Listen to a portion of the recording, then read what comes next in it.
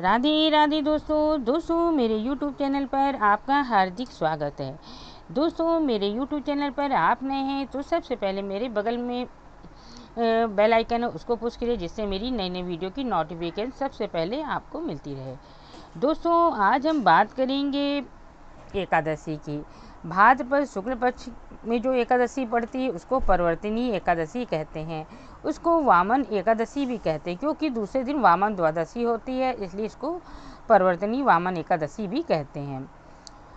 तो आज हम आपको भाद्रपद शुक्ल पक्ष परिवर्तनीय एकादशी की कथा सुनाएंगे। इसके पहले आपको मैं बतला रही हूँ, जैसे हर वीडियो में बतलाते हैं कि एकादशी के एक दिन पहले से ही नियम लागू हो जाते हैं। उस नियम की भी वीडियो मेरे चैनल पर पड़ी है, आप उसको देख लीजिए क्या क्या नियम होते हैं। और सुबह उठिए, स्नान वगैरह कीजिए और भगवान को भी पंचामृत या गंगा जल से स्नान कराइए और उनको अच्छे अच्छे वस्त्र पहनाइए। अपने मंदिर को भी साफ़ रखिए, मंदिर को भी सजाइए और उस दिन फल वगैरह का भोग लगाइए। फल है, फलहरी है, जो भी फलहरी हम लोग खाते हैं उसी का भोग लगाना चाहिए और भोग आरती कीजिए। हो सके तो सहस्त्र नाम का भी जाप इस दिन ज़रूर से करें।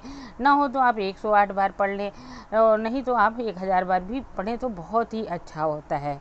तो इस तरह आप सुबह की पूजन करें और दिन भर भगवान ओम नमो विष्णु जी का नाम लेते रहिए। ओम नमो भगवते वासुदेवाय, ओम विष्णु नमः, कुछ भी आप जो विष्णु जी के मंत्र हैं उनको जपते रहिए, मुंह में रटते रहिए।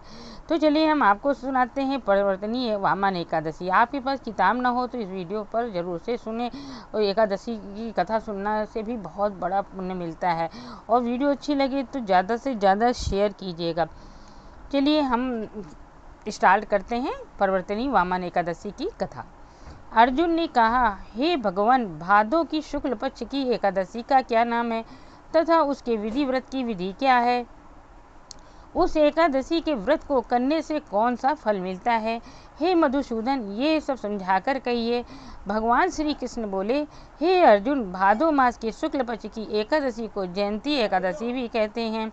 इस एकादशी कथा के सुनने मात्र ही समस्त पापों का नाश हो जाता है और प्राणी स्वर्ग को अधिकारी हो जाता है। इस जयंती एकादशी कथा से नीच पापियों का भी उद्धार हो जाता है।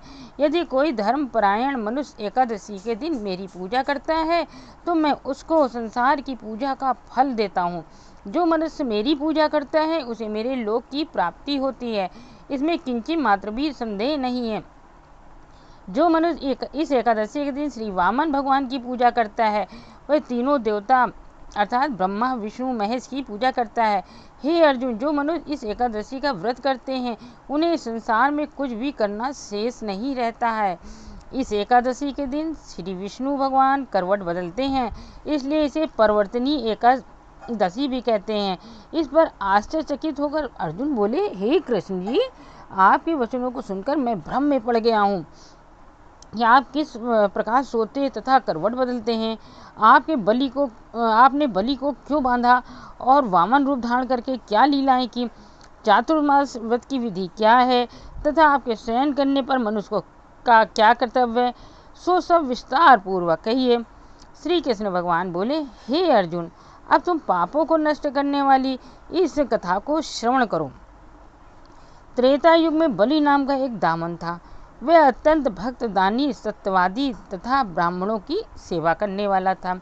वह सदैव यज्ञ तप आदि किया करता था। अपनी इसी भक्ति के प्रभाव से वह स्वर्ग में इंद्र के स्थान पर राज करने लगा। इंद्र तथा अन्य देवता इस बात को सहन न कर सके और भगवान के पास जाकर प्रार्थना करने लगे। अंत में मैंने वामन रूप धारण किया और तेजस्वी ब्राह्मण बालक रूप में राजा बलि को जीता।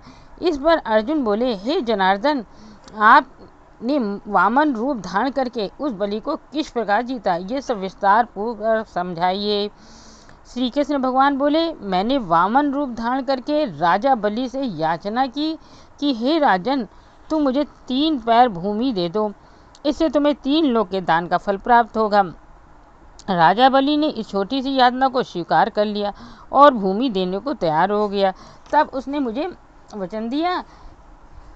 तब मैंने अपने आकार को बढ़ाया और भूलोक में पैर, भुवन लोक में जंघा, स्वर्ग लोक में कमर, महरलोक में पेट, जनलोक में हृदय, तब लोक में कंठ और सत्य लोक में मुख रखकर अपने सिर को ऊंचा उठा लिया। उस समय सूर्य, नक्षत्र, इंद्र तथा अन्य देवता मेरी स्तुति करने लगे। उस समय मैंने राजा बलि से पूछा कि हे राजन, अब मैं तीसरा पैर कहाँ रखूं? इतना सुनकर राजा बलि ने अपना सिर नीचा कर लिया। तब मैंने अपना तीसरा पग उसके सिर पर रख दिया। इस प्रकार देवताओं के हित के लिए मैंने अपने उस असुर भक्त को पाताल लोक में पहुंचा दिया। तब वह मुझसे विनती करने लगा। मैंने उससे कहा कि हे बलि, मैं सदैव तुम्हारे पास रहूंगा। भादों के शुक्ल पक्ष की परिवर्तनी नामक एकादशी के दिन मेरी एक प्रतिमा राजा बलि के पास रहती है और एक क्षीरसागर में शेषनाग पर शयन करती रहती है। इस एकादशी को विष्णु भगवान सोते हुए करवट बदलते हैं। इस दिन त्रिलोकी के साथ श्री विष्णु भगवान की पूजा की जाती है। इसमें चावल और दही सहित चांदी का दान किया जाता है। इस दिन रात्रि को जागरण करना चाहिए। इस प्रकार व्रत करने से मनुष्य समस्त पापों से मुक्त होकर स्वर्गलोक को जाता है। वह स्वर्गलोक में जाकर सदैव चंद्रमा के समान प्रकाशित रहता है। उसको इस लोक तथा परलोक दोनों में यश मिलता है। जो इन पापों को नष्ट करने वाली कथा सुनते हैं उन्हें अश्वमेध यज्ञ का फल मिलता है। व्यक्ति दान करे किंतु दान करके अभिमान ना करे। अहंकार व्यक्ति को ले डूबता है। राजा बलि ने अभिमान किया और पाताल को चला गया। इससे यह भी ज्ञात होता है कि अति हर कार्य की बुरी होती है। ये थी परिवर्तनी एकादशी व्रत की कथा। यदि आपको किताब ना हो तो ज़रूर से ये वीडियो सुनिए। इसको सुनने से बहुत ही पुण्य मिलता है और मन को शांति मिलती है। तो आपको वीडियो अच्छी लगे तो शेयर कीजिए और वीडियो को तुरंत लाइक कीजिए। चलिए अगली वीडियो मिलते हैं। राधे राधे।